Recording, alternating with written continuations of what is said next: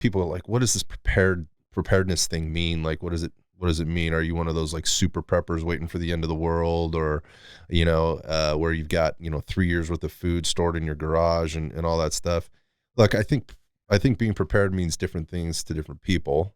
But in the context of what we just kind of talked about with what's going on, I think it's just being ready and being confident that if something should happen, some type of catastrophe should happen, I'm not going to lose my mind or panic when it happens, because I've sort of thought through it ahead of time, and I've got some stuff on board to help me get through it. I just mentioned in my car, I don't feel like that's like asking a lot. A $50 flashlight, $20 backup flashlight in the car, which is from like Costco. Everybody has access to that.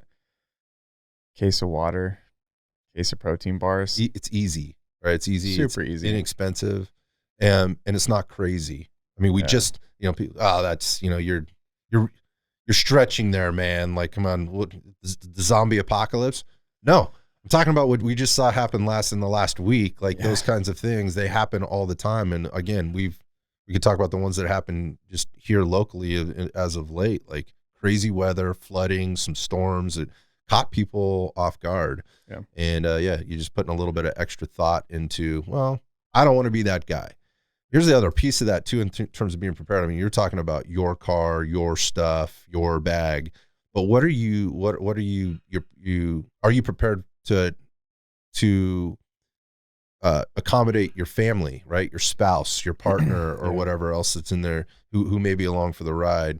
What are you providing for your community, whether it's your family community that's just inside the car, or the people around you, or what are you going to contribute? Or are you going to be that guy that is stuck in the middle of nowhere with your thumb in your butt, wondering what the heck's going to happen, and depending on somebody else to come rescue you, pull you out of that situation? Yeah, I mean, it's like I said, man, this type of thing, I don't think it takes a whole lot. I think if you value a firearm, that would be the most expensive thing. But, there's like $100 here, $50 here. Before you know it, your car is like good to go. In terms of your house, having a couple months worth of water, everybody knows that's not that expensive. Canned foods, they last a few years. Whatever you spend $100 on canned foods, that lasts you a month yearly. If you're talking about the numbers here, it's not that bad. In-N-Out Burger is like one of the best values you can have for like eating a well-rounded meal that tastes good, that's relatively fresh. That's like a $10 to $15 meal for somebody in one day, and we're talking about do that over the course of a week versus $100 in canned foods for the year. Right. I was wondering where you're going with that. Yeah, my point is just like, dude, people are willing to just like shit money away on dumb shit like alcohol on weekends, at dinner, whatever it is. You know what I mean? Me, I like having a Rain energy drink every day, which ends up being $2 a day. And what's the math on that? You know what I mean? $100 in canned goods a year to replenish that. It's like not that much, whether it's your house or your car.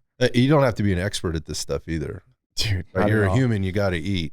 What would you eat? Yeah, throw some meat and vegetables in there. And how would you do it? In case you didn't have power. I mean, like if we go back to last year, remember in Texas freaking froze over. Yeah, like I'm not glad that happened, but I'm glad that we had an example of why today in current climate it's important to have backup. Yep.